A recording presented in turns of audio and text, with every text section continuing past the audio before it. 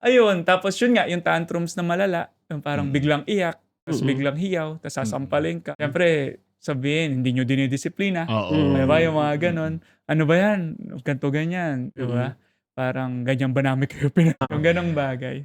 Question lang, was there ever a time or in general practice nyo, pinapaliwanag nyo ba sa mga tao, especially strangers? Nung una, tempted kami na Hmm. ipaliwanag sa lahat ng possible na magtanong. Pero we came to a point na we don't need to.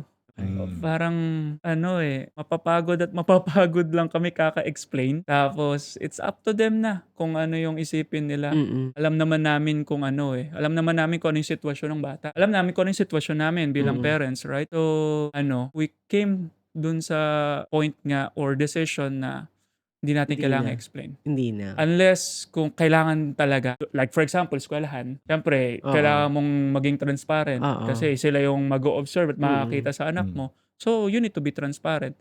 Pero outside, Hindi na. hindi na. Okay. Okay.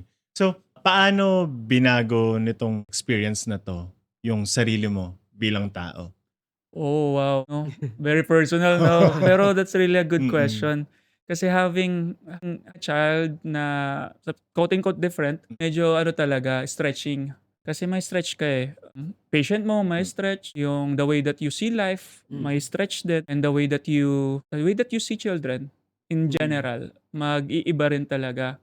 So back then, I'm a kid lover. Talagang obvious ba, 4 anak ko. So I really love kids. Pero during that time, mas nakita ko na you need to love them unconditionally. Na regardless kung ano yung magiging response nila. Regardless kasi wala kang kasiguraduhan eh. Wala kang kasiguraduhan kung sabi nga nung doctor, sabi sa amin during that time, highly functional, pero there's no assurance. There's no assurance na ganito mangyayari. There's no assurance na ganito, ganyan. And hindi natin alam yung timeline. Hindi mo alam. Hindi mo alam kung magsasalita ba siya. Hindi mo alam kung aagawa ba siya ng mga bagay na yung normal Ginagawa. ng mga bata, ginagawa ng mga bata. And pero on my side or on my end, just do the things that you can do. Love the kid and do your best to provide kung ano yung need ng bata. Siguro dun sa area na yon, mas naging totoo yung role ng father. As a father, na I am the provider of the family. So mas naging totoo siya na provide hindi lang yung financially, pero you need to provide yung affection na need ng mga bata. You need to provide yung attention na need ng mga bata. Kasi kapagka hindi nila nakuha yung attention na yon, sa ibang bagay nila kukunin yung attention. Yun, I came to the point na nag-decide ako, priority ko ang family. Priority ko ang wife ko, priority ko ang children. Whatever happen, I need to attend kung ano yung kailangan Need at nila. ano yung dapat na ginagawa. So kung discipline yon, you need to discipline them. Ganon din pala, natutunan din namin kasi before, di ba, hayaan mo lang mag-tantrums, ganito, ganyan. Pero we learn na kailangan din nila ng discipline. Kailangan din nila na makita na, kailangan nila maintindihan na kung ano yung mali at ano yung tama. Kailangan nila ring maintindihan na ano yung dapat na response in this specific situation. Na hindi porket hindi sa'yo nabigay, magta-tantrums ka. Yung ganong bagay. So, yun, nakita ko rin yun as a father. Kailangan mo rin i-discipline. Kahit na parang ang tagal ng tantrums. Kasi, di ba, nagta-tantrums na nga siya, tapos ikaw, i-discipline mo, kailangan mong, namamalo kami, we do spanking, kailangan mong spank para maintindihan niyang mali yung ginawa niya. Lalong tatagal ngayon yung tantrums niya.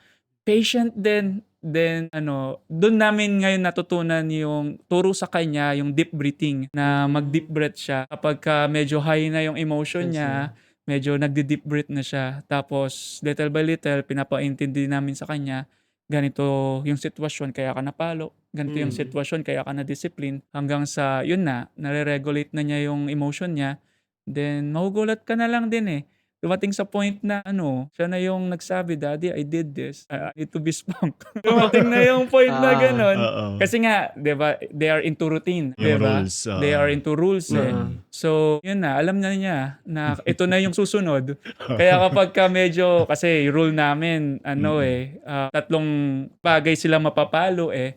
Parang kapagka nag-disrespect sila, kapagka sa magulang, kapagka nag-tell sila ng lie, kapagka nag-away sila, mga magkakapatid. Yung away, na nagkasakitan. Oo, kumbaga may nanuntok, may nanampal, Nanulak, yung oo. mga gano'n, nanulak, yun na.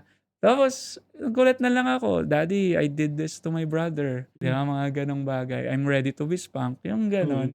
Yun, dami ko sinabi pero it really helps me to be a better person. Having a child na nasa spectrum, it will really stretch you pero in a good way. Mm. Dahil ano, kaya marami kang matututunan and it will make you a better person. Actually, 'pag tiningnan mo naman siya, yung mga bata na kung ano mang kondisyon 'no, specifically yung mga nasa spectrum, they are just the same kid Mm. naman. Right. Makulit din. Oo, especially 'pag bata, hindi mo talaga maraming tanong masyadong din, ma-identify bukod dun sa milestones. Gano'n lang din naman ang normal na bata, eh, 'di ba? So, ano ba, siguro knowing things, siguro yun yung nakakapagpabigat din. Well, at the same time, syempre we have to intervene kasi kailangan natin ng tulong. But 'pag tiningnan mo siya overall, siguro with sir na ano, na may 4 kids, I'm not quite sure eventually baka ma-realize mo 'pag mas malalaki na sila lahat na Aha. parang pare-pareho lang naman yung pinagdaanan actually. So kahit sabihin mo naman kasing walang kondisyon and all,